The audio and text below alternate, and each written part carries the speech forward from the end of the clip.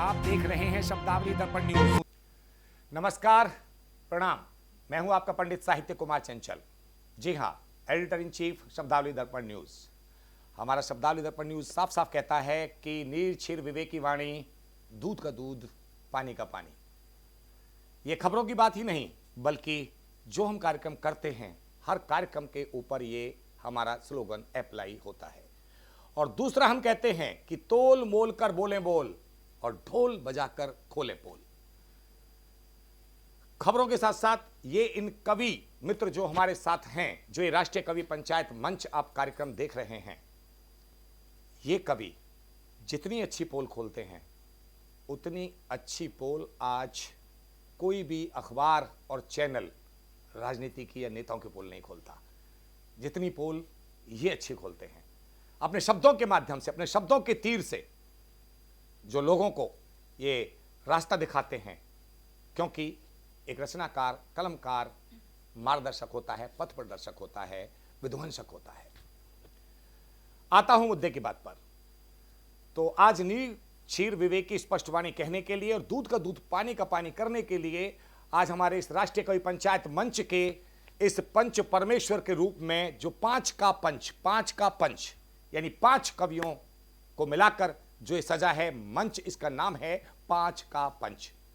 4 लोग मेरे साथ बैठे हैं, मैं एक एक करके परिचय कराऊंगा और 5वां मैं आपका, क्योंकि इनकी गिनती पूरी करने के लिए मेरी व्यवस्था है। उस व्यवस्था के कारण, और 5 से पहले आप जानते हैं कि 5 के बिना पंचायत नहीं। चलिए आता हूं आज इन कवि जो मेहमान हैं हमारे इस स्टूडियो में जो पधारे, उनसे एक एक करके आपकी मुलाकात, फिर करेंगे कविता की बात। पहले मेरे दाहिने बैठे हैं, बड़ी दूर से आए हैं। बड़ी दूर का मतलब अंतरिक्ष से भी नहीं आए हैं। आप दूर का मतलब समझ सकते हैं कि कुछ कवि हमें नोएडा एनसीआर में मिल जाते हैं। हम अपने स्टूडियो से बोल रहे हैं जो नोएडा में स्थित है, आप सभी जानते हैं। लेकिन स्टूडियो में आना पड़ता है, ये ऑनलाइन कार्यक्रम नहीं है, सबको यहां आना पड़ता है शूट के लिए। तो स्पेशली पधारे हैं संभल से अतुल कुमार शर्मा। हर रस पर लिखते हैं। आज क्या सुनाएंगे सरपंच साहब फैसला करेंगे उनकी उस वाणी का कि अपने शब्दों से कितना दूध का दूध और कितना पानी का पानी करेंगे। लेकिन यह बात सच है कि विशेष रूप से संभल से पधारे हैं। और अभी तो एक रहस्य की बात होगी जो मैं थोड़ी देर बाद बताऊंगा। दूसरे बढ़ता हूं, उन्हीं के बगल में, कह सकता हूं मेरी भी बगल में है, ये भी दाएं बैठी हैं। महिला शक्ति के रूप में, नारी शक्ति के रूप में, मातृ शक्ति के रूप में एकमात्र, मातृ शक्ति के रूप में एकमात्र कवित्री, जिनका नाम है संगीता वर्मा। आपने इनको मंचों पर देखा होगा, आकाशवाणी वगैरह ये सब पढ़ती रहती हैं दूरदर्शन वगैरह पे। अब इनके दूर के दर्शन हो जाते हैं तो हमने सोचा कि आज पास से इनके दर्शन किए जाएं, तो ये बराबर में बैठी हुई हैं। इनका नाम है संगीता वर्मा। आप ही सुनेंगे, मैं इनके विषय में कुछ नहीं कहूंगा। इधर बढ़ते हैं बाएं, यानी बिल्कुल बाएं, यानी 2 मेरे इधर हैं, 2 मेरे इधर हैं। तो बिल्कुल बाएं बैठे हैं श्रीपाल शर्मा। श्रीपाल शर्मा जी बागपत से हैं। सही सुना आपने, बागपत। श्रीपाल शर्मा जी भी हर विधा पर लिखते हैं। आज क्या सुनाएंगे? आजाद है। श्रीपाल शर्मा जी बहुत बहुत स्वागत है आपका। और बढ़ता हूं एक ऐसी शख्सियत के पास जो बिल्कुल मेरे पास, कार्यक्रम आप देखते हैं, आप समझ भी रहे हैं, लेकिन परिपाटी के अनुसार, परंपरा के अनुसार परिचय देना बहुत आवश्यक हो जाता है। आज हम सभी पंचों के पंच, जो एक कवि सम्मेलन, काव्य गोष्ठी के कार्यक्रम में, किसी भी चर्चा पर्चा, किसी भी साहित्यिक कार्यक्रम में, राजनीतिक कार्यक्रम तक में भी एक अध्यक्ष होता है, पार्टी में भी एक अध्यक्ष होता है। तो आज के इस कार्यक्रम के अध्यक्ष के रूप में जिनको हमने सरपंच का नाम दिया है, क्योंकि राष्ट्रीय कवि पंचायत मंच है दोस्तों, अच्छी तरह जानते हैं आप, उसके सरपंच महोदय जिनका नाम है सुभाष चंद्र शर्मा। सुभाष चंद्र शर्मा, आदरणीय सरपंच महोदय, बहुत बहुत आपका तहे दिल से स्वागत करता हूं, हृदय तल से आपका स्वागत करता हूं, क्योंकि आप हमारे इस वक्त सिरमौर के रूप में यहां पर उपस्थित हैं। आप जिस भूमिका में हैं, आपके समक्ष हम सब आपके कनिष्ठ हैं, आप हमारे वरिष्ठ हैं। सुभाष चंद्र शर्मा जी सरपंच हैं, तो इनके विषय में ज्यादा बोलना तो ठीक नहीं होगा, क्योंकि सरपंच साहब तो सरपंच हैं। अब उनका हुक्का, सरपंच साहब का हुक्का यानी पंचों का प्याला, और साथ में उनके हाथ में छड़ी, इशारा कर रही है कि हो जाए इस काव्य पाठ की शुरू प्रारंभ घड़ी। तो घड़ी देखकर मैं शुरुआत करता हूं, और सबसे पहले इस शुभ घड़ी में शुभारंभ किया जाए उस व्यक्ति से जो सरपंच के पुत्र भी हैं। मैंने कहा था कि मैं आ रहा हूं उस रहस्य पर जो मैंने छुपाया था, लेकिन कब तक छुपा सकता हूं? लाल तो गूदड़ों में नहीं छुपते भाई। ये कहा जाता है कि लाल गूदड़ों में नहीं छुपते। यहां तो समक्ष हैं सुभाष चंद्र शर्मा के लाल अतुल कुमार शर्मा, यानी पिता पुत्र। ये पहली बार हमारे कार्यक्रम में ऐसा हो रहा है कि जो पिता पुत्र साथ बैठे हुए हैं, और ये बड़े सौभाग्य की बात है कि पिता भी लिखता है, पुत्र भी लिखता है। मेरे पिता पंडित होराम शर्मा राष्ट्रपति से सम्मानित शिक्षक रहे, वो भी बहुत अच्छे लेखक थे, बहुत अच्छा गद्य पद्य नाटक विधा हर विधा पर बहुत अच्छा लिखते थे, निर्देशक भी थे, डायरेक्टर भी थे। लेकिन मैं भी उनसे कुछ सीखा और बचपन से मंच पर चला गया, फिर मैं भी लिखने लगा। तो ये मेरा बहुत बड़ा सौभाग्य है कि मैं ऐसे पिता का पुत्र हूं। ये बहुत बड़ी बात है कि ऐसे सुभाष चंद्र शर्मा जी के पुत्र अतुल कुमार शर्मा, यानी दोनों पिता पुत्र संभल से आए हैं। पहली बात तो आपका विशेष मैं आभार प्रकट करूंगा, क्योंकि आप संभल से आए हैं इस कार्यक्रम के लिए। बहुत बहुत स्वागत। तो अतुल जी, बढ़ता हूं आपके काव्य पाठ की तरफ, और पिताश्री से हमेशा आप परमिशन लेते आए, आज मैं आपकी तरफ से परमिशन ले लेता हूं। अगर आपकी आज्ञा हो सरपंच साहब, तो पुत्र को इजाजत दीजिए कवि के रूप में, एक पंच के रूप में, कि अपना काव्य पाठ प्रारंभ करें। माँ शारदे के चरणों में प्रणाम करता हूं।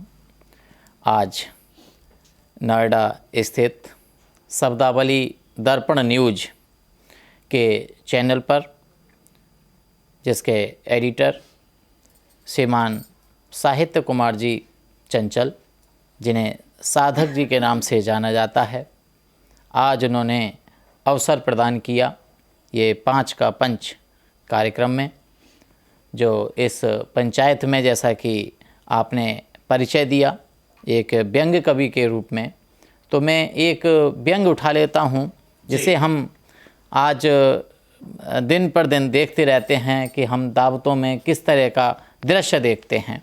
वहाँ का मैं एक आज वर्णन करना चाहूँगा। क्या बात है, क्या बात है। बहुत बहुत स्वागत है अतुल जी। धन्यवाद। किसी पार्टी में हम घूम रहे थे, खाली जगह को ढूंढ रहे थे। भीड़ से हर मेजबान घिरा था, मैं ही एक ऐसा सिर फिरा था, जो भीड़ से इतना दूर खड़ा था, मन मेरा भी दावत में पड़ा था। ओह, क्या बात है। मन मेरा भी दावत में पड़ा था। एक टिक्की का 10 हाथ स्वागत करते, एक टिक्की का 10 हाथ स्वागत करते, तब टिक्की किसी एक का मान बढ़ाती। टिक्की पाकर जो बाहर निकल जाता, भाग्यशाली विजेता वह अपने को पाता। बाकी नौ अपनी हार स्वीकार करते हैं, इंतजार अगली टिक्की का करते हैं। टिक्की दम तोड़ती गई, हाथ बढ़ते गए, लोग नए नए हथकंडे यूं ही गढ़ते गए। उधर देखें दाल की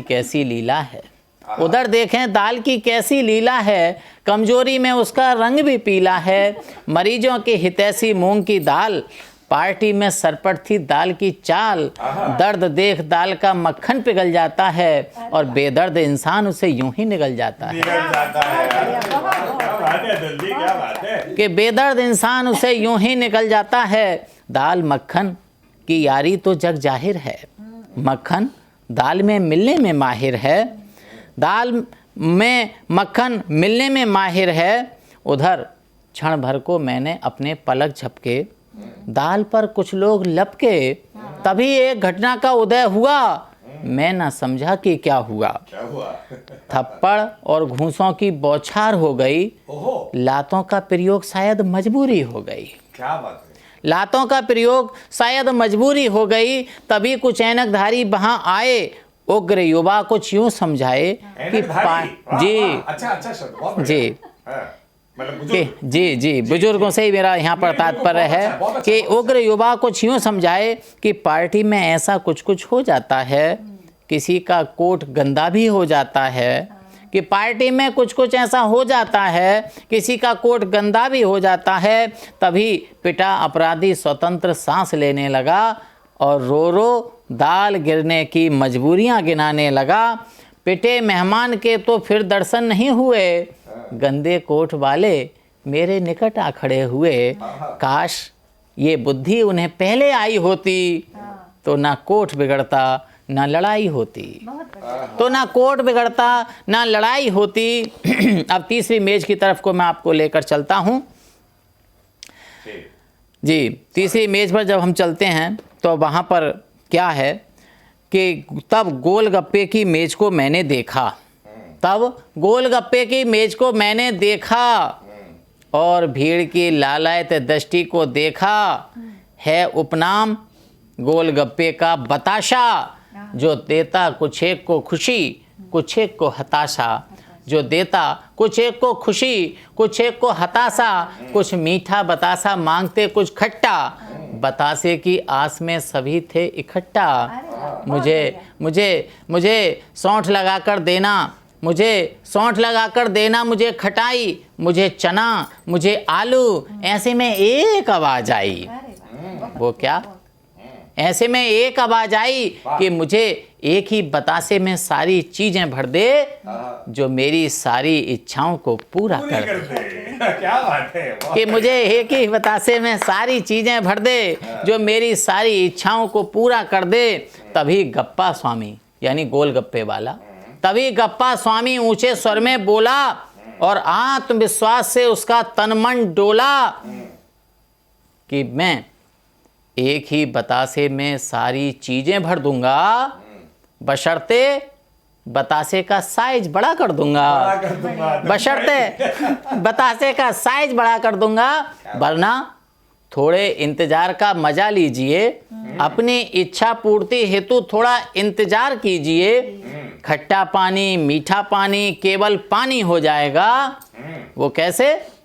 जब भीड़ होती है तो गोलगप्पा भी जिसमें सौंठ खटाई भरी हुई होती है, जब वो वहाँ पर जल समाधि ले लेता है, उनके डर की वजह से वो डूब करके सब कुछ उसमें मिल जाता है। तब मैंने उसे कहा है कि थोड़े इंतजार का मजा लीजिए, अपनी इच्छा पूर्ति हेतु थोड़ा इंतजार कीजिए कि खट्टा पानी मीठा पानी केवल पानी हो जाएगा, चना सौंठ आलू का उसमें मिश्रण हो जाएगा, उस पंचामृत का, उस पंचामृत का, उसमें जो 5 चीजें मिल जाएंगी, उस पंचामृत का जब आप पान करेंगी, आत्माएं तृप्त हो आपका धन्यवाद करेंगी, आत्माएं तृप्त हो आपका धन्यवाद करेंगी। ऐसी तो हर मेज पर लाचारी और आफत थी, जिसके लिए मैंने एक कविता लिखी। 2 लाइन में अपनी बात समाप्त करता हूं कि ऐसी जी कि ऐसी तो हर मेज पर लाचारी और आफत थी। ये आज के जमाने की दावत थी, वरना साफ जगह पर, वरना साफ जगह पर पत्तल बिछाई हुई होती और उस पर सब्जी पूड़ी और मिठाई होती, उस पर सब्जी पूड़ी और मिठाई होती, बहुत बहुत धन्यवाद। बहुत बढ़िया। अतुल शर्मा जी ने जो आज चित्र खींचा, एक बार तो इनकी कविताओं से, इनके शब्दों से वाकई ऐसा महसूस हुआ कि हम किसी दावत में बैठे हैं। कहीं गोलगप्पे की बात हुई, महिला पास में बैठी हैं और गोलगप्पे की बात ना हो तो वो भी बेईमानी है, क्यों संगीता जी? तो गोलगप्पों का स्वाद तो आपने चख लिया होगा उनकी कविता के माध्यम से ही। काल्पनिक कुछ लोग काल्पनिक जीते हैं, कोई बात नहीं। बहुत आपने वास्तव में एक ऐसा चित्र खींच दिया कल्पनाओं में कि हंसी की बात एक अलग होती है, और आपने हास्य के माध्यम से जो व्यंग किया, हास्य वही जो कुछ छोड़ कर जाए। व्यंग्यात्मक शैली के बिना हास्य की कोई वैल्यू नहीं है। नहीं तो हास्य, मैं बार बार कहता हूँ, चर्चा पर चर्चा भी चलती है, अभी बाबा कानपुरी जी के साथ पीछे पर चर्चा हुई इसी विषय पर कि हास्य के ऊपर, तो ये आपने से बिना हमारी चर्चा हुए और आपने उस सम्मान को रखा, उस कविता की शुचिता को बरकरार रखा कि केवल हास्य नहीं, फूहड़पन नहीं, पैरोडी नहीं, कॉमेडी नहीं, आपने कविता को कविता के रूप से कहा और आपने जो एक जमीनी स्तर की कविता हास्य के रूप में की, यानी आपने बता दिया कि दावतों पे जो तीखा प्रहार किया, यानी दावतों का स्वाद भी वो फीका पड़ गया आपकी उस सच्चाई के सामने जो आपने जमीनी स्तर की जो कविता आपने की, कि ये वास्तव में पहले था। ये हमारी कल्चर तो अतुल जी यही है, हमारी जो संस्कृति तो यही है, ज़मीन पर बैठ के खाना दावत। लेकिन आज शो का ज़माना है, चलिए हम उस पर ज़्यादा नहीं जाएंगे, कभी उस पर भी चर्चा करेंगे, आपको बुलाएंगे, उस पर चर्चा करेंगे कभी। अब आता हूँ इस अच्छी सी कविता के बाद एक ऐसी अच्छी कवित्री के पास जो साथ में बैठी हुई हैं और मैं सुनना चाहता हूँ, हम सभी सुनना चाहते हैं, हमारे सभी श्रोता दर्शक देखना चाहते हैं कि आज आप अपने खजाने से क्या निकाल कर हमें सुना रही हैं। बहुत बहुत स्वागत आपका। सर्वप्रथम मैं माँ शारदी को प्रणाम करती हूँ और मंच पर उपस्थित सभी महानुभवी गुणीजनों को प्रणाम करती हूँ और सर का बहुत बहुत धन्यवाद करती हूँ शब्दावली दर्पण न्यूज पर मुझे आमंत्रित करने के लिए। बहुत बहुत धन्यवाद सर। बहुत बहुत स्वागत आपका। बहुत बहुत स्वागत और धन्यवाद सर। मेरे आराध्य श्री कृष्ण भगवान है, तो मैं 4 पंक्ति उन्हीं से शुरू करती हूँ। स्वागत।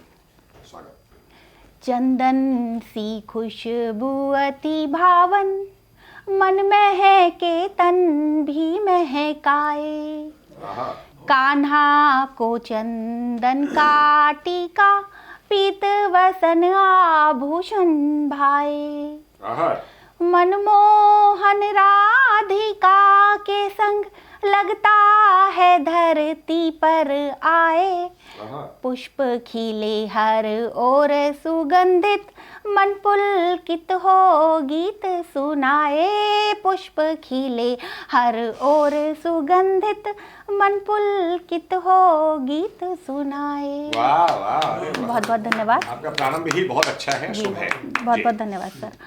और कुछ पंक्तियां मैं कहना चाहूँगी कि ये शुभकामनाओं हेतु जी, कि एक कलश शुभकामनाओं से भरा हो, प्रेम से सींचा चमन अपना हरा हो, तप्त होकर स्वर्ण है जैसे निखरता, तप्त होकर स्वर्ण है जैसे निखरता, ये बरस कुंदन सरीखे सा खरा हो, छल कपट से भरी न काम ना हो, इस बरस केवल मधुर सद्भाव ना हो, राम बनना है बड़ा मुश्किल मगर, राम बनना है बड़ा मुश्किल मगर, राम जैसे हो करम ये भाव ना हो, राम जैसे हो करम ये भाव ना हो। वाह, क्या बात। एक मुक्तक और कहना चाहूंगी कि स्वागत। फलक पर था टंगा अब तक सितारा मन्नतों वाला, छिपा था बादलों की ओट में वो चांद मत वाला, अंधेरा लाख कोशिश कर रहा हमको हराने की, उजाला कह रहा संग है तेरे वो नंद का लाला, उजाला कह रहा संग है तेरे वो नंद का लाला। और बहुत बहुत धन्यवाद। प्रकृति बहुत अनमोल होती है, तो मैं कुछ पंक्तियाँ प्रकृति के लिए भी कहना चाहूँगी जी, कि न जाने ये किसने की है बदगुमानी, न जाने ये किसने की है बदगुमानी, न जाने ये किसने की है बदगुमानी, परिंदों से छीना चमन जिस निधानी, वाह वाह, लगी शाख पे थी कली जो चटकने, लगी शाख पे थी कली जो चटकने, भ्रमर गीत गाने लगे थे रूहानी, भ्रमर गीत गाने लगे थे रूहानी। क्या बात है।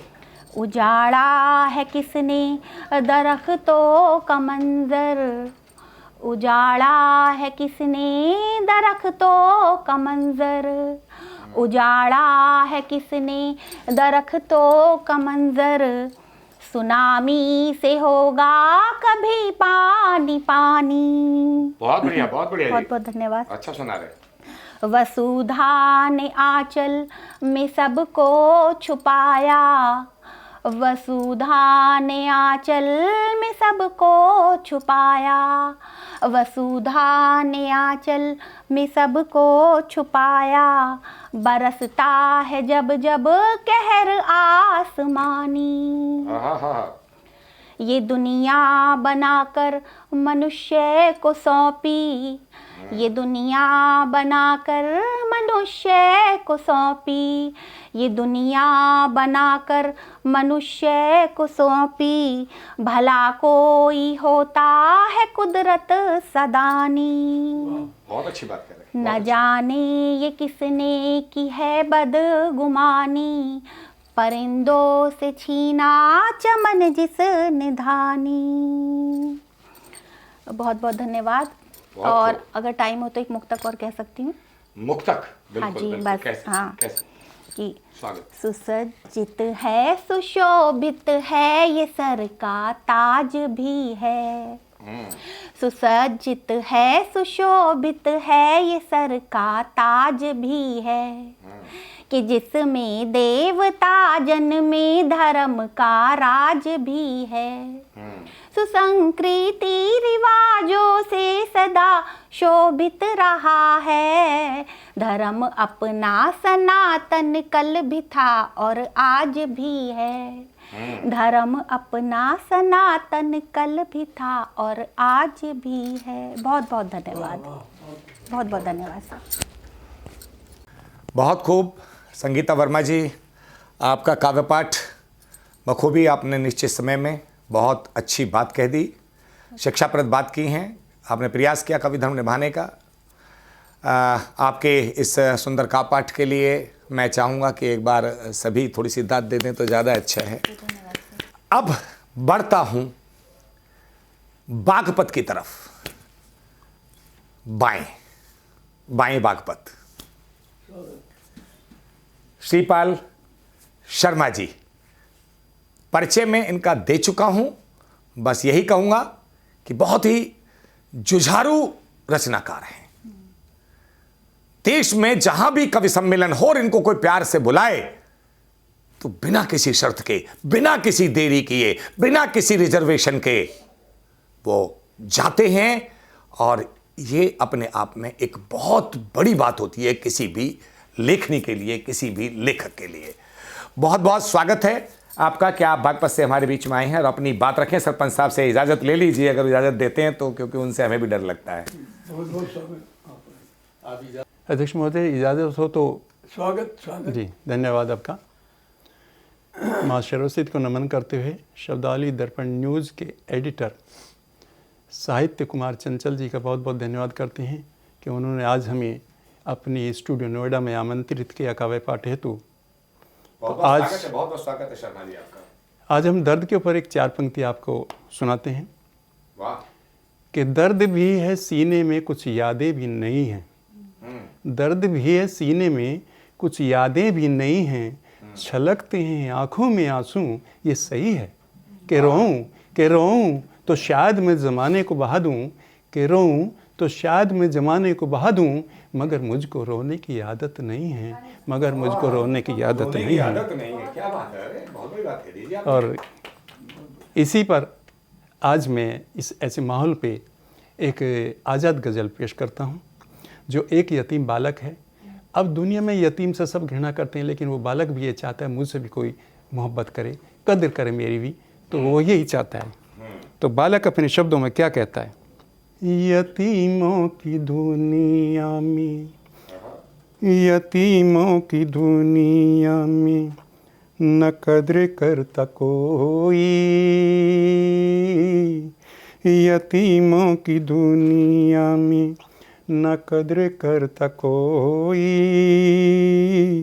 बस थोड़ी सी तुझसे मैं कद्र चाहता हूँ, कद्र चाहता हूँ। यतीमों की दुनिया में न कद्र करता कोई, बस थोड़ी सी तुझसे मैं कद्र चाहता हूँ, कद्र चाहता हूँ। बहुत दौर देखा है नफ़रतों का मैंने, बहुत दौर देखा है नफ़रतों का मैंने, बहुत दौर देखा है नफ़रतों का मैंने, तेरे प्यार की एक झलक चाहता हूँ, झलक चाहता हूँ। जगह अब रही ना प्यार की इस जहां में, जगह अब रही ना प्यार की इस जहां में, जगह अब रही ना प्यार की इस जहां में, तेरे दिल में थोड़ी सी जगह चाहता हूँ, जगह चाहता हूँ। मेरा ना कोई जिसे कह लूँ मैं अपना, मेरा ना कोई जिसे कह लूँ मैं अपना, मेरा ना कोई जिसे कह लूँ मैं अपना, बस तेरी रोज़ ही एक झलक चाहता हूँ, झलक चाहता हूँ। बहुत खाई ठोकर इस ज़माने में मैंने,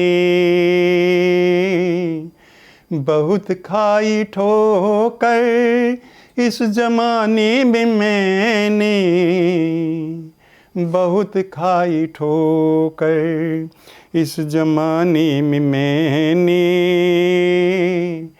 अब ठिकाने को तेरा मैं दर चाहता हूँ, दर चाहता हूँ। अंतिम शेर देखिएगा।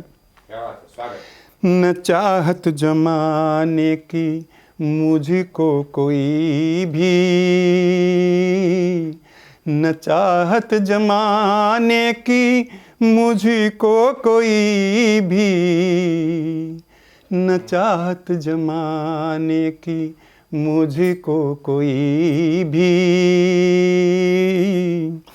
मैं अपना बनाना तुम्हें चाहता हूँ, तुम्हें चाहता हूँ। यतीमों की दुनिया में न कद्र करता कोई, बस थोड़ी सी तुझसे मैं कद्र चाहता हूँ, कद्र चाहता हूँ, कद्र चाहता हूँ। बहुत बहुत धन्यवाद। बहुत सुंदर। अब मैं शब्दावली दर्पण न्यूज़ के एडिटर पंडित साहित्य कुमार चंचल जी से चाहूँगा कि वो भी इस कार्यक्रम में चार चांद लगाएं, और इसके साथ ही मैं उनका जैसे नाम है साहित्य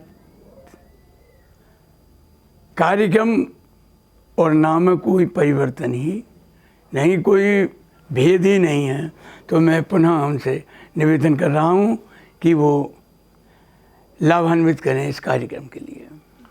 जी बहुत बहुत बात आपको तहे दिल से मैं फिर से आपसे कहूँगा कि आप हमारे सरपंच हैं और आपके आदेश का पालन करना हम सभी का फर्ज है, कर्तव्य है। उसी कड़ी में मैं आपके आदेश का पालन तो करूँगा ही, लेकिन उससे पहले एक एंकर होने के नाते, संचालक होने के नाते मेरा फ़र्ज़ है कि मैं श्रीपाल शर्मा इदरीशपुरी जी के विषय में कहूँ कि आपका काव्य पाठ वाकई बहुत शानदार।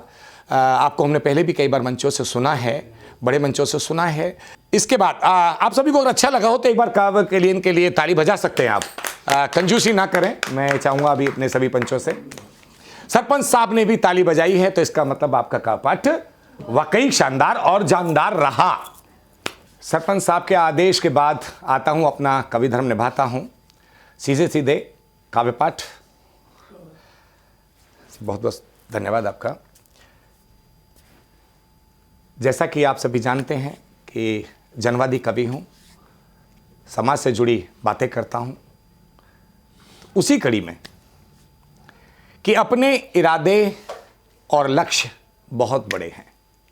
सरपंच साहब, अपने इरादे और लक्ष्य बहुत बड़े हैं, सत्य के साथ जमीन पर प्रत्यक्ष खड़े हैं। सत्य, बहुत बहुत धन्यवाद आप सभी का, कि अपने इरादे और लक्ष्य बहुत बड़े हैं, सत्य के साथ जमीन पर प्रत्यक्ष खड़े हैं। और कहता हूं कि संबंधों को पल पल जीकर भी घूंट गरल के भर लेता हूं, कि संबंधों को पल पल जीकर भी घूंट गरल के भर लेता हूं, औरों की गलती होकर भी, या कहूं कि अपनों की गलती होकर भी दोष स्वयं के सर लेता हूं, क्योंकि एकत्रित हूं, नियंत्रित हूं, जनहित में समर्पित हूं। बहुत बहुत धन्यवाद। क्योंकि एकत्रित हूं, नियंत्रित हूं अतुल जी, और जनहित में समर्पित हूं।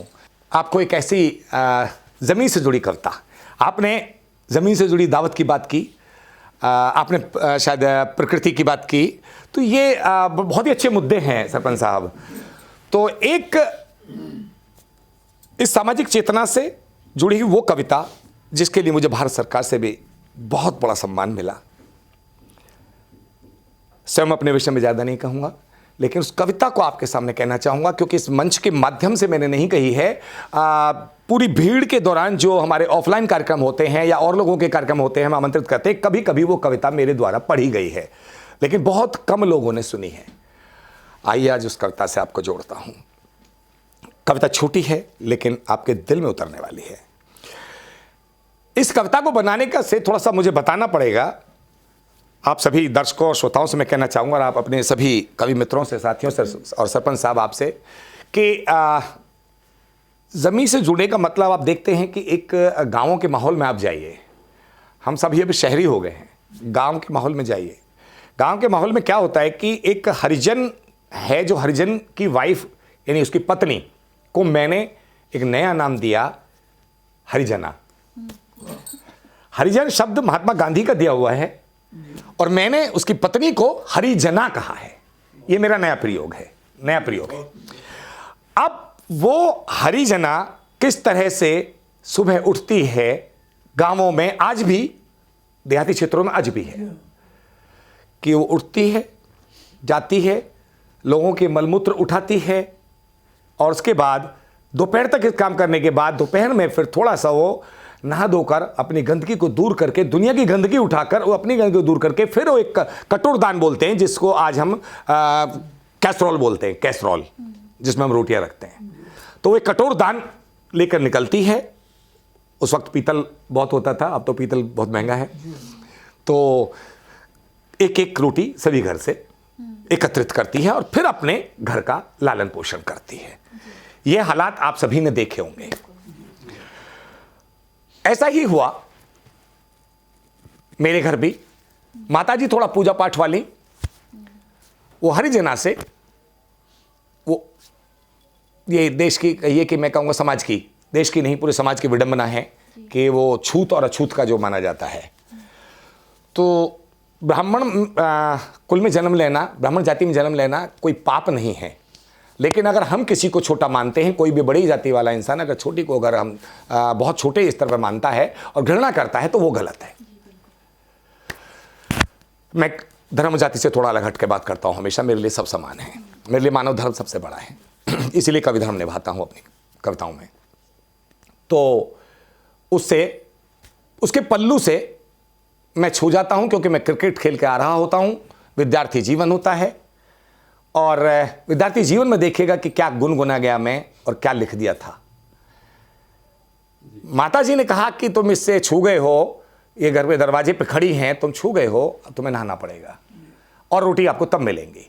अब खेलने के बाद, अतुल जी आप जानते हैं सरपंच साहब और श्रीपाल जी की, जो खेलने के बाद जो जठराग्नि है, अग्नि 4 प्रकार की होती है ना, तो एक अग्नि जठराग्नि होती है जो पेट के अंदर बहुत जबरदस्त लगती है। सब चाहिए, भूख लगी होती है, बढ़ती उम्र होती है, तो खेलकूद के बाद वैसे पेट खाली हो जाता। तो मैंने खाने की जिद करी, मुझे खाना नहीं मिला, मुझे नहाना पड़ा माता जी के आदेश का पालन करते हुए। और जब मैं नहाने के लिए बाथरूम में जाता हूं तो कहते हैं कुछ तो बाथरूम सिंगर, आपने शब्द सुना होगा कि बाथरूम में लोग गाते हैं, लेकिन मैं बाथरूम लिरिस्ट कहिए आप, कि बाथरूम में वो कविता बन गई।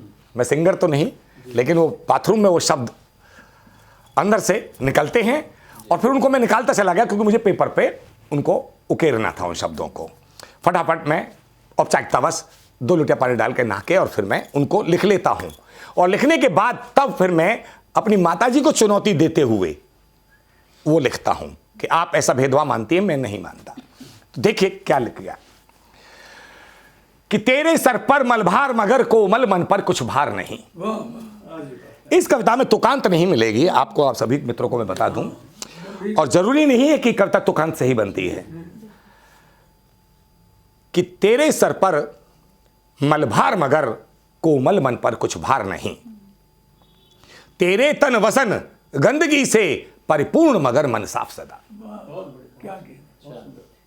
फिर भी जब घृणा कर तुझको अपमान सदा देता आया, दुर्भाग्य बड़ा सबसे तेरा। अच्छा, आप ये देखते होंगे कि हरिजन की वाइफ का कितना महत्व है इस हमारे समाज में। आज हॉस्पिटल खुल गए हैं, डिलीवरी हॉस्पिटल में होने लगी है। यानी हमारा इस पृथ्वी पर आना होता है, जो हमारी जननी है मां, उस जननी को भी, यानी हमको जन्म देने के लिए हरिजना का सहारा लेना पड़ता है। वही प्रारंभ में हमें हाथ लगाती है। आप सहमत है इस बात से? तो देखिए, और उसके हाथ लगाने पे हम मतलब क्या हो जाते हैं, और पहले दिन क्या कहा जाता है उनको छूने के लिए स्पर्श से, कि तेरे सर पर मलभार मगर कोमल मन पर कुछ भार नहीं, तेरे तन वसन गंदगी से परिपूर्ण मगर मन साफ सदा। फिर भी जग घृणा कर तुझको अपमान सदा देता आया, दुर्भाग्य बड़ा सबसे तेरा। पर ईश तुल्य सम्मान्य योग्य अपनी कर्मठता के कारण, हे जग जननी हे हरिजना, जग की जननी मैंने इसको कहा है कि हे जग जननी हे हरिजना, तुझको है शत नमन मेरा। अपनी कर्मठता के कारण तुझको जगमाता कह दूं तो कोई दो राय नहीं इसमें। हे जग जननी हे हरिजना, तुझको है शत नमन मेरा।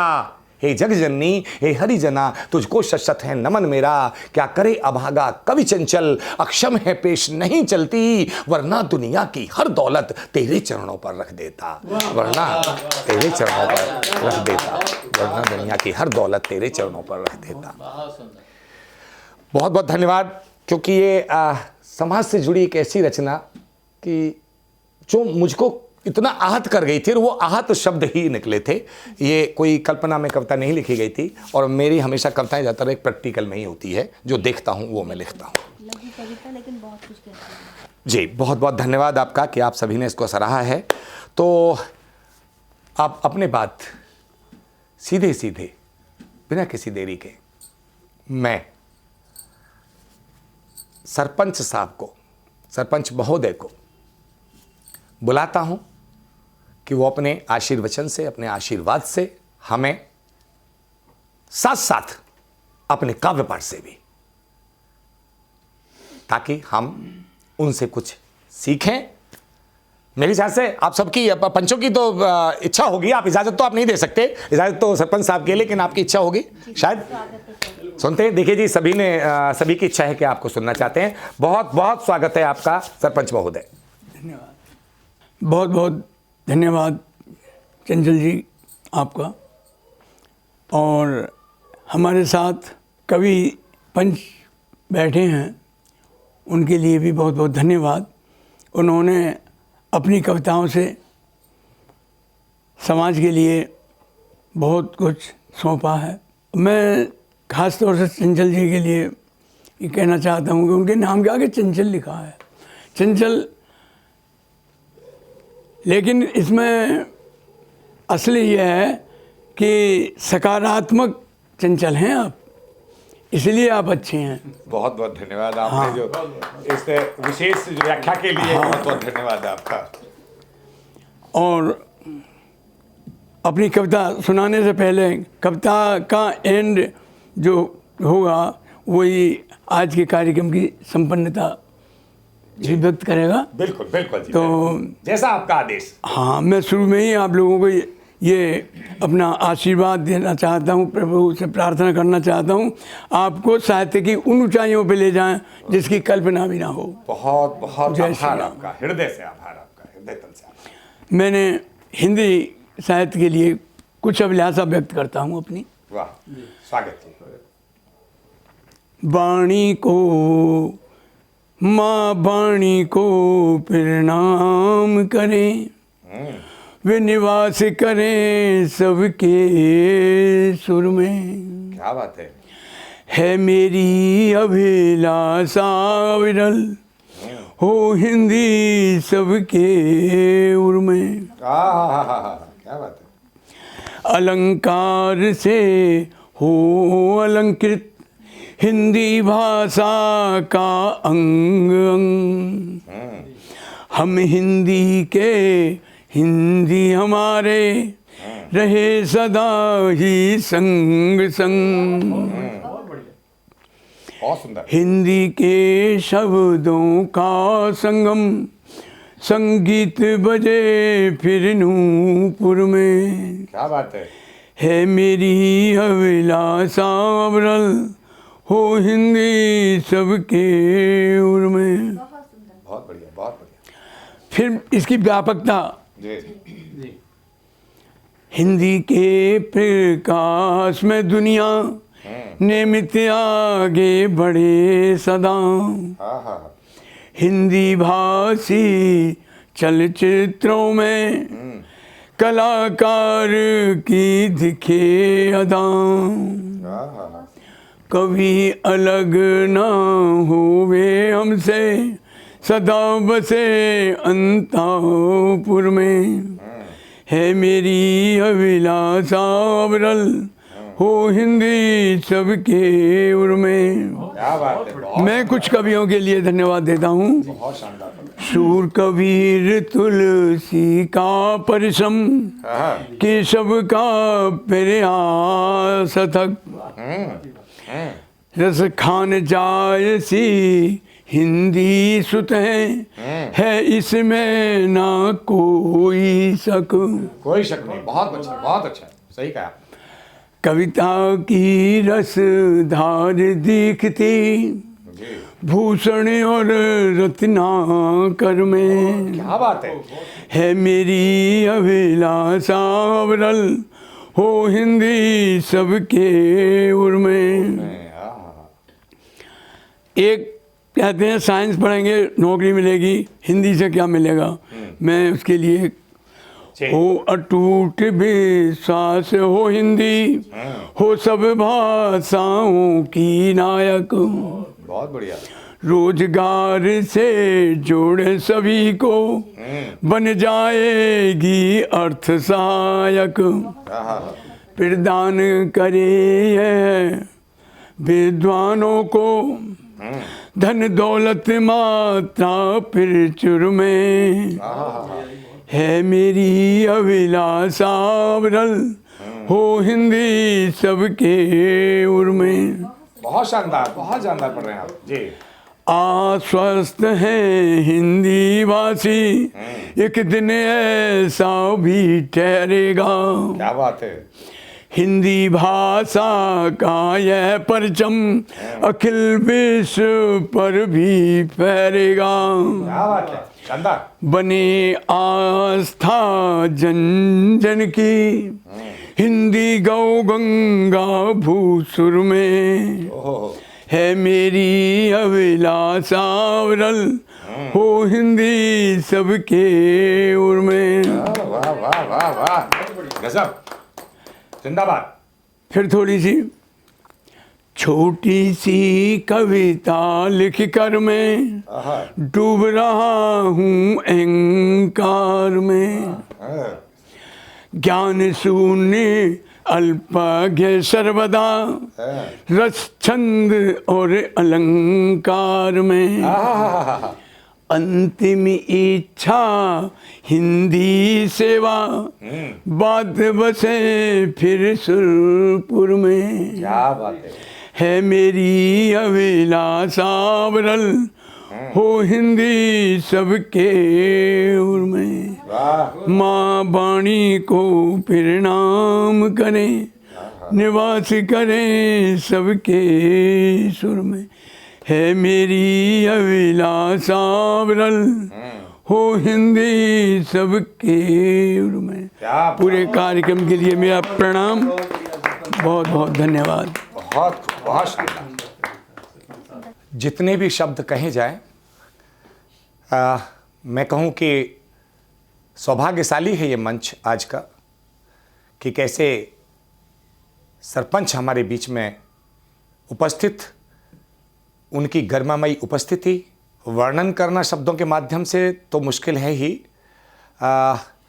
मैं समझता हूं कि अपनी भूमिका को देखते हुए जो उन्होंने सरपंच के साथ साथ, यानी वरिष्ठता के साथ साथ, अपने कवि धर्म को निभाया। और हिंदी विषय देखिएगा आप, जिसके लिए हम कार्यक्रम कर रहे हैं, जिसके लिए हम इतने सालों से हमारा प्रयास है, हम बच्चों को भी सम्मानित करते हैं कि हिंदी में बच्चे जो प्राप्तांक उनके आते हैं वो अधिकतम प्राप्तांक हो, उन्हें प्रोत्साहित करते हैं, अलग अलग स्कूलों से लाके ढूंढ के उन्हें मीटिंग करते हैं पहले स्कूलों में, फिर उनको आगे लाते हैं, फिर उनको सम्मान देते हैं। मेरी इस साधना को वाकई आज जो बल मिला है, सरपंच साहब जितना भी कहूं, मैं समझता हूं कि निशब्द हूं कि आपकी प्रशंसा किस तरह से की जाए। आपने प्रोत्साहित किया है हमको और मेरे विचार से हमारे सभी साथियों को भी, और आने वाली पीढ़ी को अपने काव्य के माध्यम से, जो भी हमारा ये कार्यक्रम देख रहे हैं, जो सुनेंगे, तो युवा खास तौर से जो हिंदी के प्रति जागरूक नहीं, केवल गाल बजा रहे हैं इधर उधर, ऐसे कवियों के लिए भी आपने जो उदाहरण दिया, कुछ महान कवियों के नाम मैं बार बार उनको नहीं कहना चाहूँगा, सरपंच साहब ने जो नाम गिनाए इतने महान कवियों के, रचनाकारों के, वो ऐसे ही नहीं गिनाए जाते हैं, उन्होंने कुछ किया है, उनकी साधना थी, उन्होंने इस हमारे समाज को, इस समाज हित में कुछ दिया है। तो ऐसी साधना के लिए, और क्या कहूँ, वाकई हिंदी एक साधना है, साधन नहीं।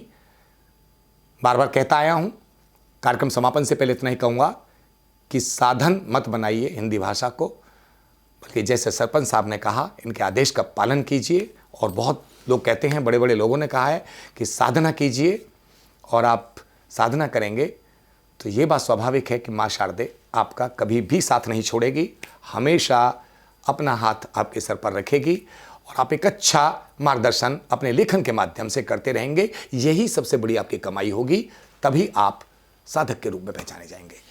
चलिए, मैं आज के कार्यक्रम को समाप्त करते हुए इतना ही कहूँगा कि इस राष्ट्रीय कवि पंचायत मंच में अगर आप इच्छुक हैं काव्य पाठ के लिए, मौलिक काव्य पाठ के लिए, मौलिकता ही हमारी प्राथमिकता है, मौखिक हो या ना हो, फिर वही दोहरा रहा हूँ, मौखिक हो चाहे ना हो, लेकिन मौलिक हो। तो मौलिक काव्य पाठ के लिए आप मेरे नंबर पर भी मुझे संपर्क कर रहे हैं, जो हमारे स्क्रीन पर हमेशा चलता रहता है।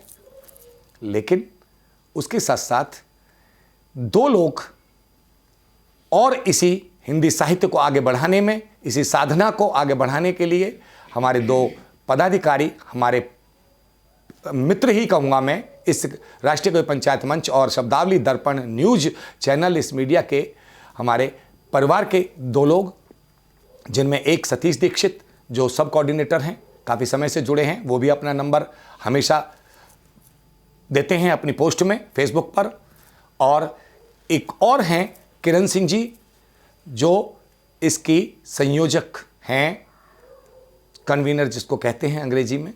मैं हिंदी से थोड़ा अंग्रेजी में इसलिए कह रहा हूँ कि कुछ लोग कन्वीनर के नाम से जानते हैं, तो वो भी हैं, सब कोऑर्डिनेटर भी अंग्रेजी का शब्द है, लेकिन ये लोग अपना नाम डालते हैं अपनी पोस्ट में, तो अपना नंबर भी डाल रहे हैं। उन संपर्क सूत्र पर आप संपर्क कीजिएगा, निसंकोच निसंदेह आपको बुलाया जाएगा। जैसा भी वो आपको गाइड करते हैं कि आपको एक वीडियो और अपना थोड़ा सा साहित्यिक परिचय भेजना है, उम्मीद है कि 99% तो आपको बुलाया जाएगा। 1% अगर हमें लगता है कि कुछ बात है तो बात अलग है, लेकिन हमारा प्रयास ये रहता है कि आप लोगों को, आप अच्छे लोगों को एक अच्छा मंच दिया जाए, और यही हमारा मकसद है।